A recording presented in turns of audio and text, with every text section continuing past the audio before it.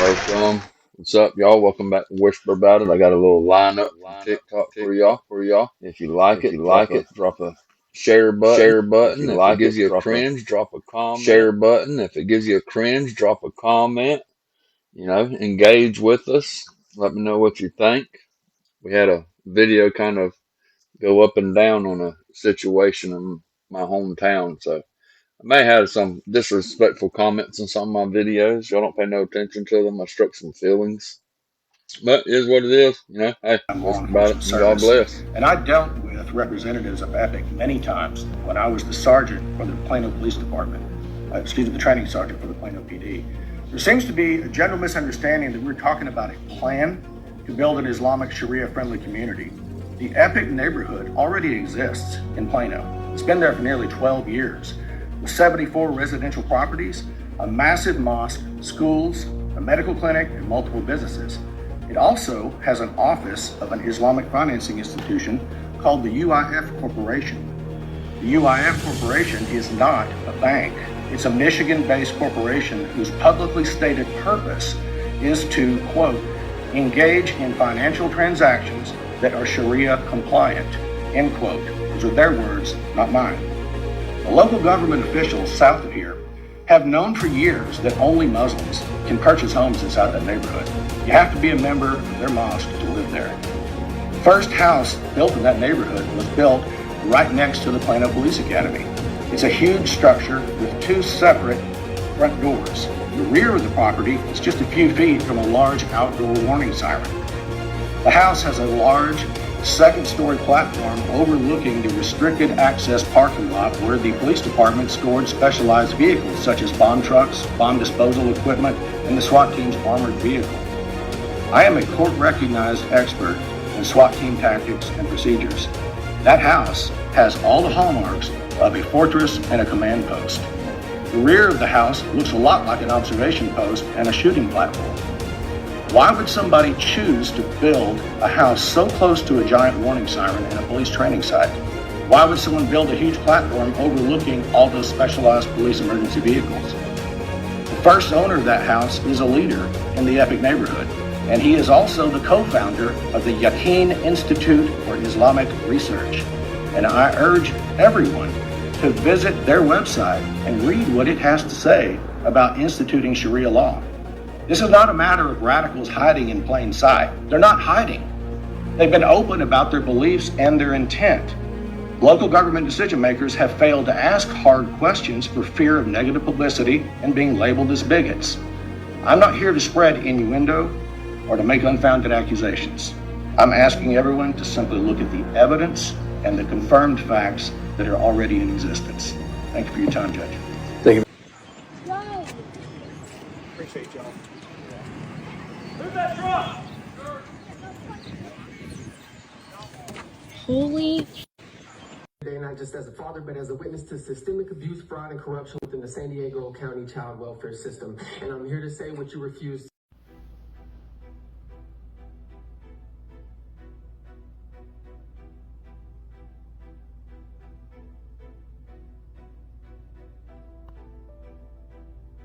Hiring now, who thought they were good until your guy effed it up. What's your answer? Tough shit? To which this younger person writes my favorite response of all time. Yes, my answer is tough shit. Just like your generation's answer to millennials and Zoomers who were unable to get a job, buy a home, have a family, or save for our own retirement was, quote, tough shit. This is your karmic reckoning. Carefully curated from the moment you abandoned the unwritten obligation every generation always had to leave the world a better place for the next generation. You stole our jobs, you stole our houses, you stole our pensions, you stole our rents, you stole our futures. You made the world infinitely worse for us in every way. All so you could have a boost in your portfolio and spend a historically unprecedented 20 years at the end of your entitled lives sitting on a beach in Florida. You know why millennials and Zoomers don't care about what's happening right now? It's not because we think we'll make it up later. It's because we've already accepted we'll never make it up. This is a normal day for us. This has been our reality our entire effing lives. Welcome, enjoy, pull yourselves up by your bootstraps, skip the avocado toast, and print off a few resumes. Ouch. Damn. So boomers sold out our jobs, our wages, our future to China, and now they want sympathy because Trump put America before their investment portfolios. And Trump loves the stock market. Sorry, no tears here, but let's talk some real numbers. In the 1980s, the national debt was $907 billion. Imagine that. Wrap your heads around that. The national debt, $907 billion in America. Today, it's over $36 trillion. They ran up the credit card debt, and Tommy. This is my friend, One-Eyed Willie. You want to take a look at it, Tommy?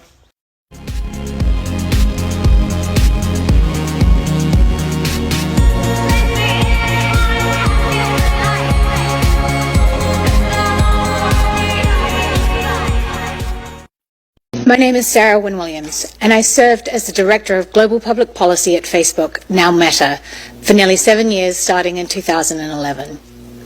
Throughout those 7 years, I saw Meta executives repeatedly undermine U.S. national security and betray American values. They did these things in secret to win favor with Beijing and build an $18 billion business in China.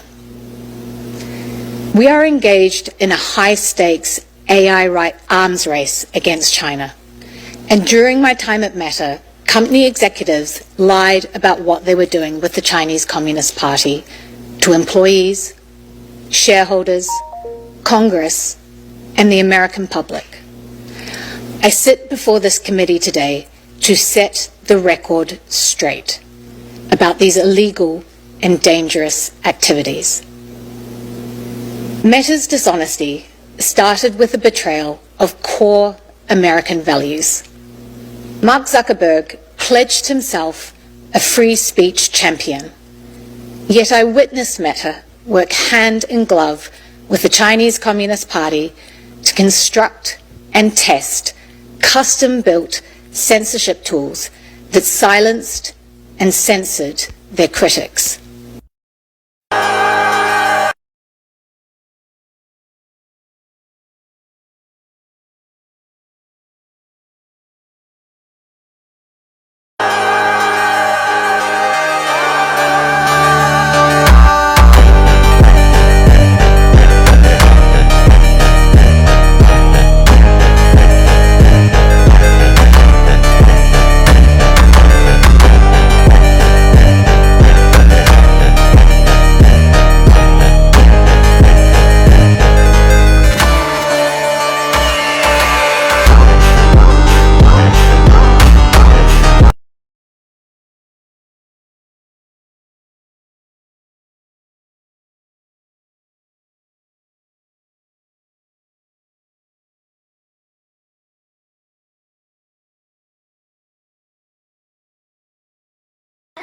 When we got the offer for this temporary accommodation, no one...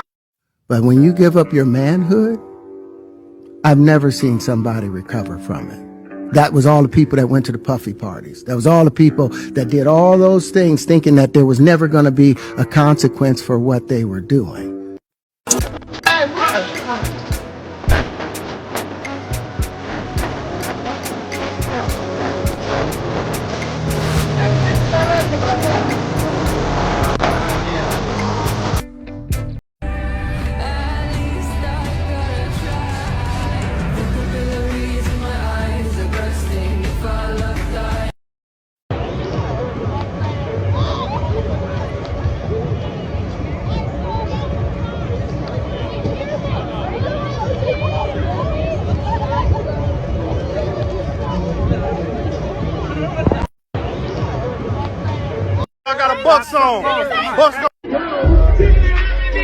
It is true that many of the people in this room for 4 years failed to cover the fact that Joe Biden was mentally incompetent and was not running the country.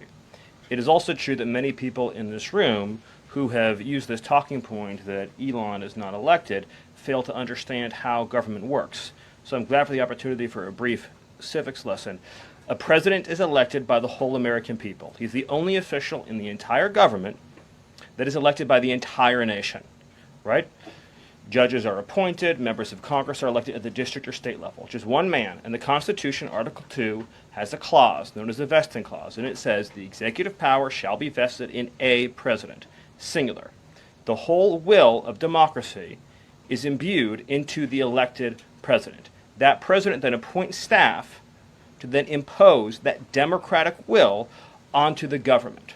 The threat to democracy, indeed the existential threat to democracy, is the unelected bureaucracy of lifetime tenured civil servants who believe they answer to no one, who believe they can do whatever they want without consequence, who believe they can set their own agenda no matter what Americans vote for.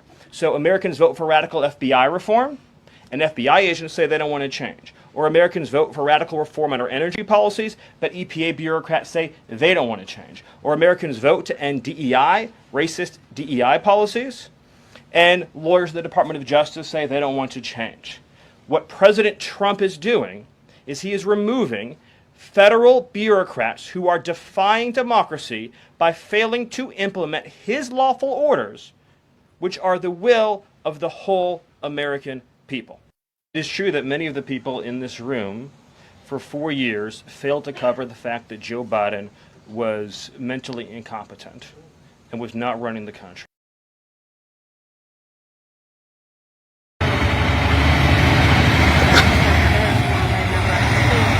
Oh no, that's a UFO.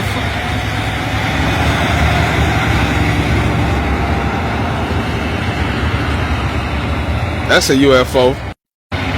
What's your name, if you don't mind me asking? My name's Jeff. Jeff? Yeah, no, Jeff Bernardi. How do you know my name? How do you know my name? We're cousins. We're cousins. Okay. Oh my God. So we Reed High School. I went to Reed High School, 1986. Listen, we used to go fishing. We used to drink the Bud, not Bud. Hams? No, the other one. It's a cheap beer. Name another one. Keystone. Keystone Light. Keystone. We used to go fishing. We worked at the Clarkson Company. Oh. Did you work at Clarkson too? Yes. And we had you cut up deer meat for sausage like they called me Michael J. You are on my team. Remember we used to hit the nightclubs? Yeah. Oh, guys. Yeah. I used to follow you around like a little kid. You had all the women. Yeah. Do you own your own business? I just started it, trying to get it going. Hasn't made a dollar yet because I end up chasing all the dogs. That's what I love. Jeff, listen to me. Any business you want to, I will finance anything you need. This cannot go ahead. This cannot be allowed. Some councils are increasing their council tax by 25% from the 1st of April 2025.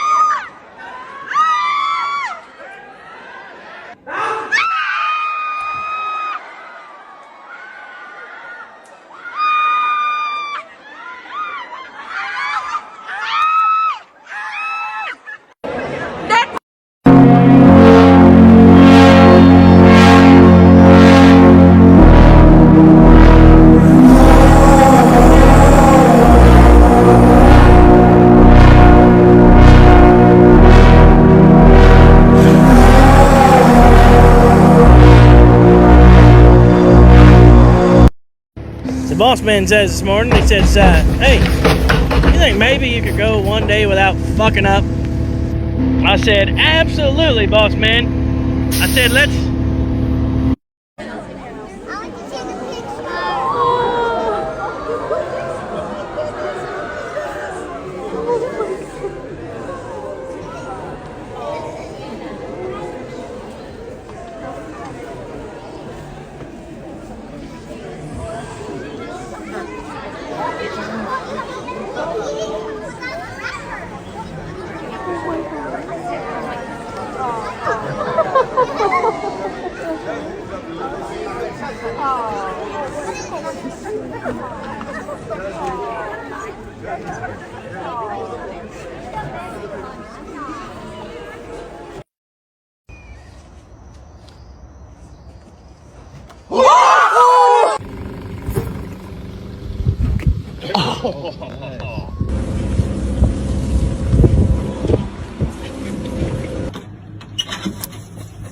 There it goes.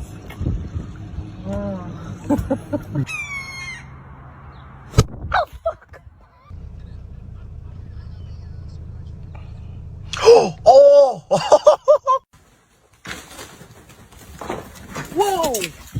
Whoa! Hell. Wow.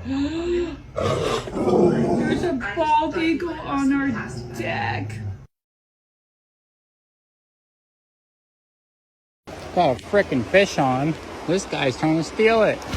Oh, guy! Come on now. Come on.